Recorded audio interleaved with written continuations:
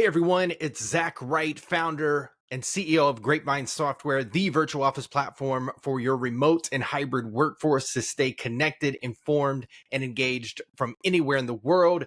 Today, we are bringing you this week's Future of Work weekly report, and we are going to be talking about the new CEO of Starbucks because that's what a lot of people are talking about. But we are also going to have another article that we discuss pretty quickly, but it's going to be more so on the trends that future of work experts are seeing and how to prepare for this continued changing environment, going from the traditional office 9 to 5 to what we are building together right now. So let's go ahead and dive into the one that everybody's been talking about, which is Starbucks is giving its new CEO, Brian Niccol, I might have said that wrong, a private jet to communicate between his California home and Seattle office. Now, this came out last week on Friday, but it was such a big thing that everybody was talking about it. So we wanted to cover it because that is part of the future of work. What is going on? What are some of the changing things that are happening?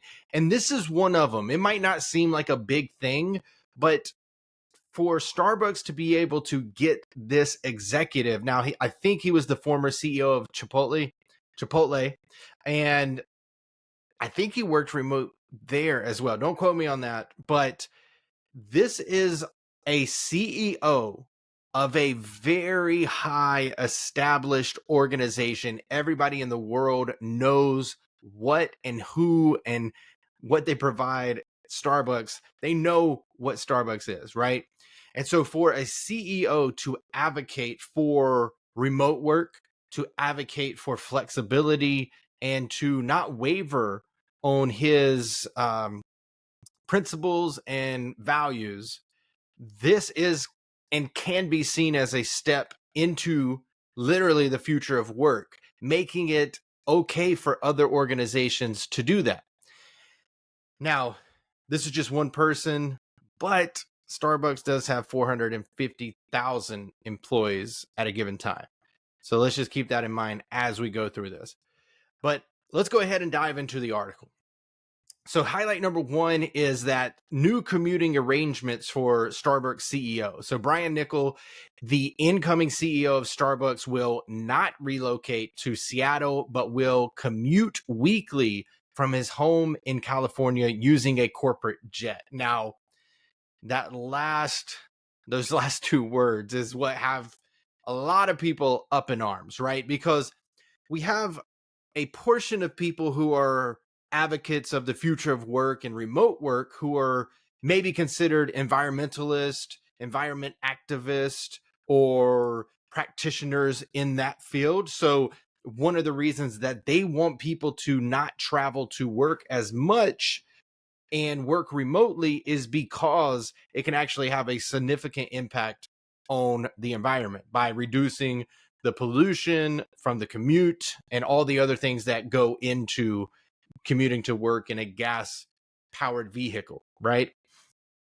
Now, the thing that they call out in the article is Starbucks has provided Niccol with a remote office in Newport Beach, California, and a private jet for commuting over 1,000 miles to the company's headquarters in Seattle. Now, this does say that he will commute weekly.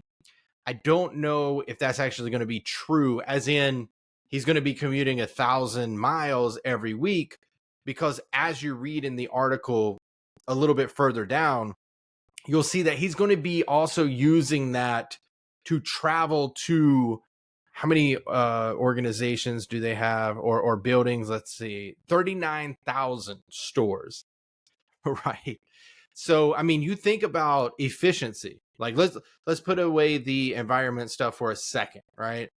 You think about efficiency. If he wants to travel to this organization or this office and check in on them. Now, I mean, I'm in Concord, North Carolina. It's not Charlotte. That's like one of our big cities near me. It's not a big city at all. And then you have Raleigh, which is another side of it, right? And so if you go to Concord, not even a city, just around me, we probably have, I'm thinking of 3, 4, 5 near me. So whenever he goes and visits, he can actually go 1, 2, 3, 4, 5, 6, 7, 8, 9, 10 instead of having to live in that area, right? And he was going to do this anyway, most likely, right? And so it just makes sense from an efficiency standpoint. And so let's just think about it from that standpoint. It makes sense, right? Now people might come at me and say, well, is that worth destroying the environment? It's this guy, this one man alone is not going to destroy the environment, just him. There's been a lot of work up to this point to get us here. So let's keep that in mind. Now, is he adding fuel to the fire? Yes. Is he a good scapegoat because he's the CEO of Starbucks? Yes. And so maybe that's where they're trying to make a point. And I'm not saying they're wrong. I'm not saying they're right. I'm just saying we're doing an unbiased opinion here. All right. So once we get past that that call out for highlight number 1, which is new commuting arrangements for the CEO, we go into highlight number 2, which is environmental concerns. So the use of a private jet by Starbucks' new CEO has sparked discussions about its impact on the environment, which we've kind of talked about, particularly in light of Starbucks' efforts to project itself as an environmentally friendly company. Now, this isn't the first time that Starbucks has been taken on as a Hippocratic. Is that a right? No, that's the hypocrisy approach to how they're balancing out their environmental approaches. Because there was a documentary out there where they said that they were going to do something for the local farmers in the country that they import their coffee beans from. And if you go to those people, it's not fully true. Like technically they could say, yes, we are doing this approach. But if you ask the people who are actually on the farm, they were supposed to make a lot of money with Starbucks and they're just not able to because of the structure. It was supposed to be an environmental approach as well. And that just didn't necessarily pan out. They don't talk about it a lot. If I find the documentary, I'll try to put it in the show notes, but it'll take a lot of digging for me. So don't expect that. But if you really do want to see this, like comment, say, send me the Starbucks documentary, and then I will really take the time to search it out. But the stats from this about the environment part of highlight number 2 says private jets consume about 10 times more fuel per passenger mile than commercial jets, contributing significantly to carbon emissions. And so I think what we have to think about here is Starbucks is a large organization. They have a lot of board members. They have a lot of people who are involved in this situation. And they had to do their due diligence and think about, or they should have if they didn't, they had to think about, okay, we could go with this other person. They might be a really great CEO. Or we could go with the right person for us in this time. And if there is backlash about the corporate jet, because they had to know that this was going to happen, because there was already talks about like Taylor Swift, like even in the article comments, you hear somebody doing the calculations of Taylor Swift doing like, I can't even remember how many miles, but it was significantly more miles than what he would probably be doing with CEO or with Starbucks corporate jet. But you have to think about this. The board members were probably like, okay, are we okay with having this backlash for a little? Yeah. I mean, we look at this, right? Like Starbucks is in our minds a lot. They have a lot of product placement in movies. They have just a lot of different things. A lot of people will spell their name wrong. I've heard that this is a marketing gimmick and tactic of Starbucks. Like if I say Zach, they might spell it, or they just might say something weird like Zachy, or that was weird. See, and I would post it and be like, no, this is not wrong. This is not right. And so then it's free marketing. So they might come from the framework of any publicity is good publicity. But we'll see. I mean, this is a big decision. And I'm sure that they didn't take it lightly. And I'm sure that they knew that there was going to be backlash and they're okay with it. So let's just leave it at that, right? Again, not right, not wrong. It's just a decision that they chose to make. But let's talk about the hypocrisy for a moment. This is not new to corporate, right? And whenever it comes to hypocrisy, this is the thing. You can do so much and try to please so many people, but you're not going to please everybody. And I think as an organization like Starbucks, I think the way that they're going to handle this is just say, look, we have 450,000 people that work for us at a given time. We have 39,000 stores. Are we okay with losing some of the environmentalists over this? And the answer is probably yes, because they can counteract them with other people. Or can they offset it? And this is what a lot of organizations do. So it's not necessarily hypocrisy. It's just a balancing of what they are choosing to do and then being okay with something else. Like Dua Lipa, I know this is weird to say this, but Dua Lipa had an interview with Tim Cook and she asked him about zero net new carbon emissions or something like that. It was that type of phrasing. And what was good was she pressed on him, and then Tim Cook was mentioning, like, it's not necessarily that we're reducing, it's just we're offsetting. And so any emissions that we put out into the world, we're going to make sure that we do something to level it out. So you can have this amount of carbon emissions, but then they're going to recycle the iPhones and level it out, right?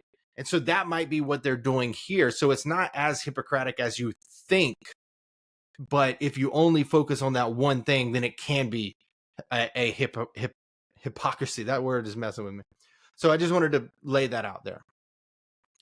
Now let's look at highlight number 3, corporate policies and CEO perks. So while Starbucks enforces a 3-day office presence for its corporate employees, its CEO will be operating under different conditions, highlighting discrepancies in workplace policies. And let's just go to the stats. Nickel receives a base salary of $1.6 million, a $10 million signing bonus, and potential performance-based bonuses in contrast to standard employee requirements. People probably will not like that I say this, but a CEO's position and a CEO or COO, a CFO too, those 3 positions are, I think that they have to be looked at a little bit differently. And I know that people won't like this, right? But it's actually true. And this is like one of the pet peeves that I have whenever people talk about CEO salaries and all that kind of stuff. And the reason that it's a pet peeve is because whenever we think about a CEO salary, yes, it is significantly higher than a working wage person's salary or even a director at this company, right? It's significantly different. But let's think about the difference in the job duties, right? This new CEO might be working from home, or he might be traveling, whatever the case is. But I can guarantee you that compared to anybody in the organization, they are going to be working, they're going to be on 24/7, 365. Maybe not all the time, but they're expected to be that. They're tired. It's 3:00 in the morning, and an Australian Starbucks has an issue. In my head, I said, who are you going to call? And then I just went to Ghostbusters. But you have to think about that, right? This person is taking a leap of faith and going it. Now, a leap of faith, that might sound funny too, because of Starbucks, they're going to be successful no matter what. But we have seen their numbers drop a little bit, and that's why they're replacing the former CEO and bringing in Nickel here. So we have to think about that. He is not coming into a well-oiled machine where it's just like, okay, I'm going to step into this seat, I'm going to maintain, and I'm going to do what I need to do to maybe spike the revenue just a little bit. No, he has to actually solve a problem, and that is going to take a lot of time. And so the corporate policy and CEO perks, yes, you want to make sure that they align as much as possible. And what I will say here is they said that the 3-day office presence.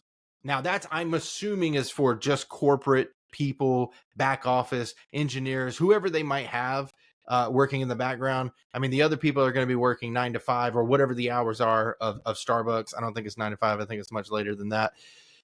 But they work in shifts, right? And so anyway, my point is that yes, everybody is right in saying that there is discrepancies in the workplace policies, but this person got here for a reason.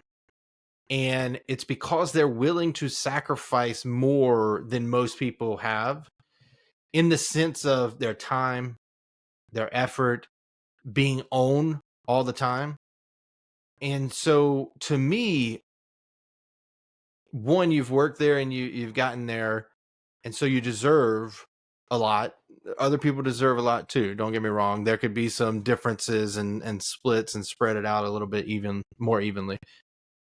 But again, the top of the chain here, they're not only dealing with employees, stores, logistics. Now there's other people who are doing this for them, but whenever it gets escalated to them, they have to stop everything that they're doing and do it.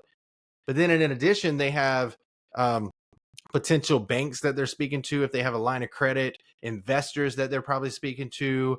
I mean, this person coming in probably still has to talk to Howard Schultz, the former CEO, basically the founder. There's a whole story there. But so you have to balance that out. And then you have the board on top of that. And then you have the public scrutiny, like his first step into this position. Look at what we're doing. We're already talking about it. So there's a lot that goes into this. And I know I might get beat up in the comments, but that's my take on it.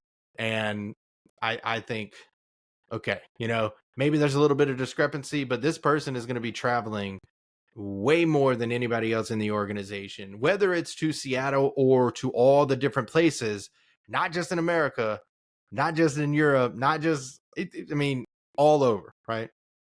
Okay. So let's just summarize this right here with the call outs, and then we'll go to the next part, and we'll try to keep the next part fairly quick.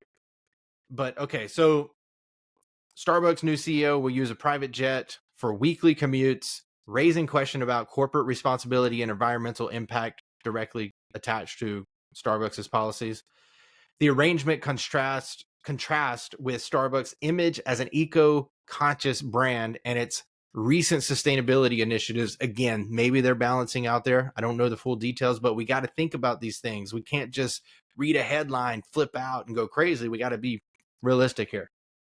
The move has sparked debate on the optics and ethics of executive perks, especially in the context of broader employee policies. Some would agree, but some would disagree because of the differences that they have to do, right? I mean, you might be very, very busy at your job, but they cannot turn off. That's the difference. And that's a lot of stress. That's a lot of time, a lot of energy. Okay, so let's go ahead and go to article number 2. And this article is coming from All Workspace. The title is Leadership Expert Shares 6 Trends Driving the Future of Work. This was actually released today. And the article also has a podcast interview with Brian Elliott. It's the Future of Work podcast. I listened to it. I read the article, highly recommend it, just to get a better insight and understanding of what's going on. I mean, he's one of the best in the industry, and he's staying up to date with everything. So definitely reach out or definitely check that out. But let's go ahead and go to highlight number 1. Now, remember, this is 6 trends driving the future of work. So these are trends. So the role of technology. They start with this. Technology, particularly AI and advanced collaboration tools, is fundamentally transforming the workplace by enhancing productivity and enabling remote work. Emphasis on the integration of consumer-grade technology tools that improves daily business operations and employees' interaction. That sounds very familiar. Check out grapevinesoftware.io today and start your free 30-day trial. I was there. I messed it up. But yeah, check us out. Check us out. That is exactly what we're doing because we understand that the future of work requires a different office, and it's not in person, it's virtual, and it's a way to bring people together even whenever they're not necessarily physically together. So check us out if you haven't already. But yeah, I mean, this is kind of the foundation of the future of work, right? Before, whenever we all worked locally, it was, okay, we are coming together into this physical office and we're going to have these teams work together. These people form a team and work together in this specific location because that's where they're located, right? I used to do IT staffing at my first corporate position, and we were the financial services hub. We recruited technological people for financial services like Wells Fargo, Bank of America, so on and so forth. And so what we had to do was go into the office, and we had about 19 recruiters in the same building, but we were recruiting people all over the world. Strange, right? And so that's how we used to do it.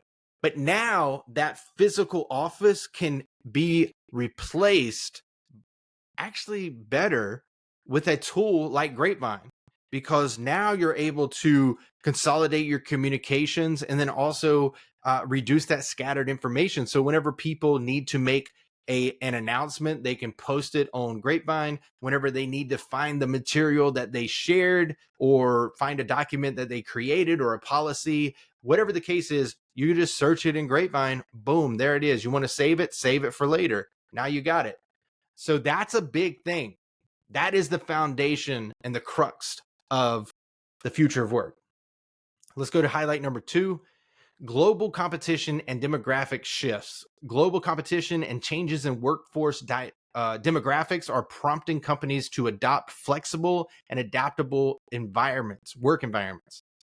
By 2025, Gen Z is expected to comprise 27% of the US workforce, influencing corporate policies and work values. So what we know from Gen Z and their comments, and this is younger millennials, but even boomers and all these other people like Gen X. I can't remember what comes after boomers. I know it's my parents' age, but what they're really requesting is a blend, right?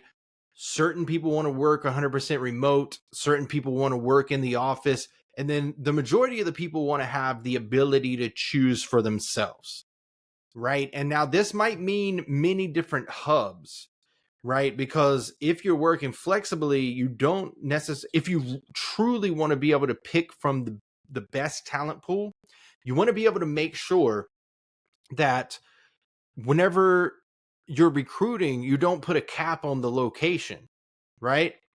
And so with that, you might have clusters of people. So there might be a cluster of people in like the Charlotte, Mecklenburg area. So you'll have Charlotte, you have Concord, Harrisburg, Huntersville, Birkdale, Mooresville, like all these places that they could actually come together if they wanted to. And then that becomes a co-working space, or some of these other tools that are like Airbnb for workspaces. And so if you are one of those people and you want to integrate with Grapevine, let us know, because we actually want to have a version of that in Grapevine. So whenever somebody wants to schedule a place or an office for the day, they can go into Grapevine and go ahead and book it through that integration that we'll have with that company. So if you're interested, reach out to us. But the key here is that people are prompting companies to adopt flexible and adaptable work environments, right? And so for us to selfishly plug Grapevine, that is the office. That is the office. What used to be physical it doesn't really matter if you're in the co-working space, if you're in an actual physical office, if you're traveling, if you're working from home, if you're working from a coffee space, you are going to have this one central source of truth that anybody can go to and understand what's going on in the organization. So think about that. Okay, we're going to go to highlight number 3. I think there's one more after this. Or there's 2 more. I guess 3 more. There's 6. Okay, I got to go through this quickly. Okay, so let's go ahead. Learning from early adopters. Companies gain valuable insights by studying early adopters of flexible work policies, which can lead to successful implementation across other organizations. So for a large organization, you can check out Atlassian. They have a lot of good information out there on the future of work. You can check out us for like a smaller organization. We work a lot with small enterprises, anywhere from 50 to 500 employees. And if you have any questions, I mean, we're more reachable than Atlassian. I'm assuming, no offense to Atlassian. It's just we're a smaller team and we can reach out to you and actually have a good connection. So reach out to us if you have any questions on that. But yeah, I mean, you have to, and we're working with a lot of future of work experts behind the scenes. And you've seen some of them in our podcast that we have, Untangled Vines, Redefining the Rules of Work. So the same place that you're watching this on YouTube, go to our channel and check out Untangled Vines. We got Allie Green. We have Tammy Bielen. We got Amina Moreau from Radius. We just had Laurel Farr on there. She's worked with Zoom. She's worked with GitLab. There's a couple others in there. But yeah, I mean, we have the list going on. Simon Holmes, he's in there too. More on the engineering side. So take a look at that one. Okay, let's go ahead and go to highlight number 4, adopting flexible work schedules. Flexible work schedules enhance employee compliance and satisfaction, proving essential in distributed organizations. So flexible work schedules. This is what we were talking about before. Like, some people thrive off of being in the office, and some people don't. Some people thrive off of being alone or in the remote environment, right? There's less distractions for them and they're able to stay focused. They're able to respond to people on their own time. But this is where those policies come into play, right? So if you are giving your team a flexible work schedule, then just set some guidelines with a flexible work policy and say, like, what is acceptable, what is not acceptable. And it's almost like a standard operating agreement, right? So once you define these policies, have the entire company sign it and agree to it. And so that way, whenever they, because this is the thing that I think managers have a difficult time with. It's like, well, these people are working from home. How do I know if they're performing or not? Well, first you use performance metrics and frameworks like OKRs, KPIs, whatever the case is. You conduct those in your one-on-ones and blah, blah, blah. But the other part is you like, if you have that standard operating agreement with them, it's going to be hard for them to say, oh, well, I didn't know that. Oh, I didn't know. And so that's what all these things that we're putting into structure allows us to better manage our team without micromanaging them. Shout out to Barbara Turley from the Virtual Hub. We have another podcast episode on that. It's really good. We get geeky about the future of work. But that's what we're talking about here. So give them the flexibility, but put a little bit of boundaries on it. So they understand the expectations. That's all that everybody's asking for. Highlight number 5, office utilization and cost efficiency. Reducing office space and investing in modular workspaces align more effectively with current organizational goals and remote work trends. They say offices were typically 50 to 60% occupied pre-pandemic, promoting a shift towards more efficient space utilization. Now, I'm going to be honest, I don't fully understand what modular workspaces mean.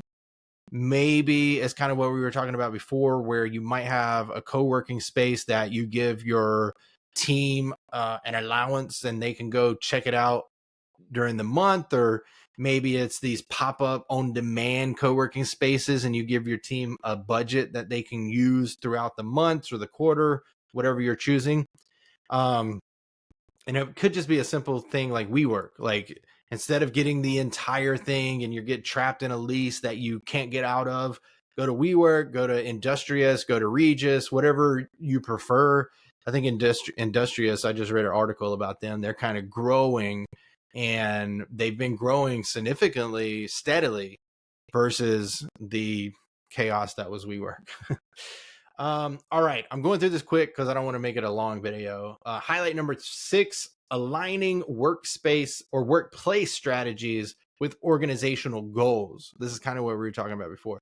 So the alignment of workplace strategies with organizational goals is crucial for maximizing efficiency and fostering a purpose-driven company culture. This is exactly what it is, right? So like, a lot of people make fun of vision statements, mission statements, core values, but if you actually use them correctly, then they are going to be your best feature and strategy for designing and creating the culture that you want to have. Whether it's in office, remote, hybrid, whatever, it doesn't really matter. You have to find a way to really put this through there.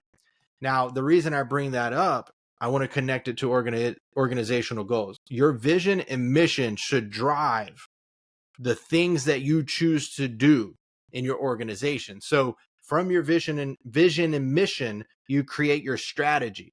From that strategy, boom, there's your organizational goals. Now, what we'd like to do is take those goals, shrink it down into a 1-year goal, shrink that down into quarterly goals from the 1-year goal.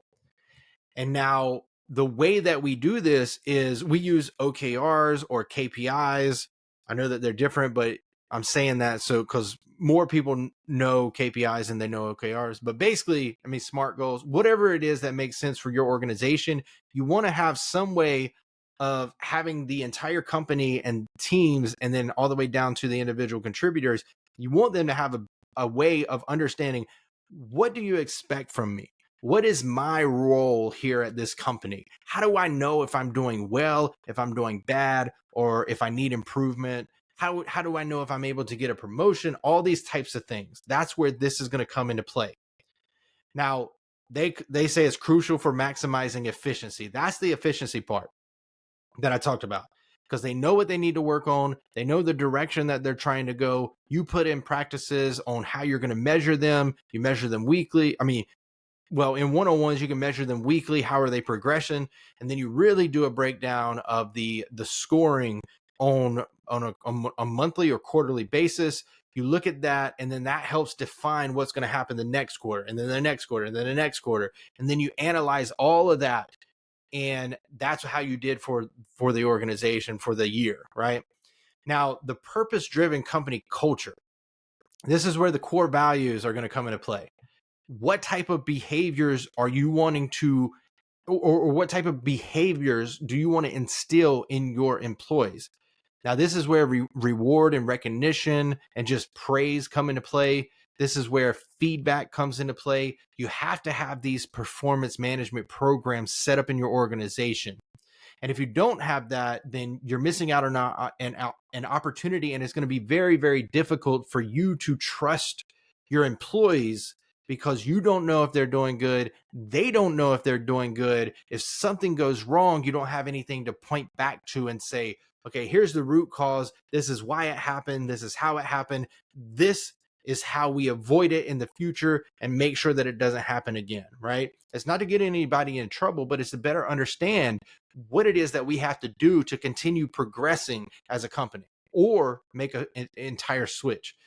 Now, whenever it comes to the rewards, recognition, and praise, attach it to a core value. This is what we did at the last company. This is what we're encouraging at Grapevine. And this is what we're going to be really pushing for as a way that we can make this feature happen in Grapevine. And so whenever somebody does something great, instead of just recognizing them like, great job, Zach, that doesn't tell me anything. Do I like hearing it? Sure. Does it tell me what was good? No. So instead of great job, Zach, say, great job, Zach. I really liked how you did the delivery to the leadership team And especially that one slide where you talked about the win-loss analysis that was going on in Q3 and how we can make it better in Q4, right? That tells that person, and then you attach it to a core value. You say like, that shows don't criticize what you can't understand, basically seeking to understand the problem. And so now they say, okay, that core value, boom, I understand what it is. That's how I can move forward. I know the exact thing that I did.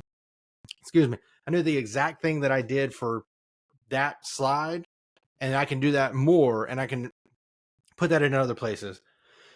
Got to take a sip of water.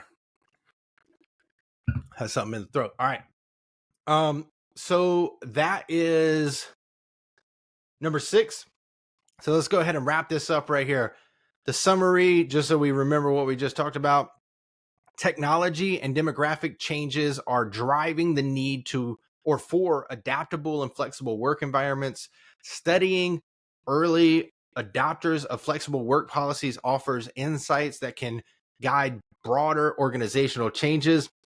Aligning physical office spaces and work policies with broader organizational goals is crucial for success, future success. And then lastly, this is me saying this, Grapevine can be that tool that you leverage to allow your team to be more flexible, inclusive, and have their work more fulfilling. And they, as a result, are more engaged. You have more productive workers, so on and so forth. If you're interested, check out our website or reach out to me directly. That is the future of work this week. I talked pretty fast, I think, but I wanted to get through it. I wanted to keep it under this. So let me go ahead and wrap this up. Thanks so much for watching this week's Future of Work weekly recap, and we will see you on the next one.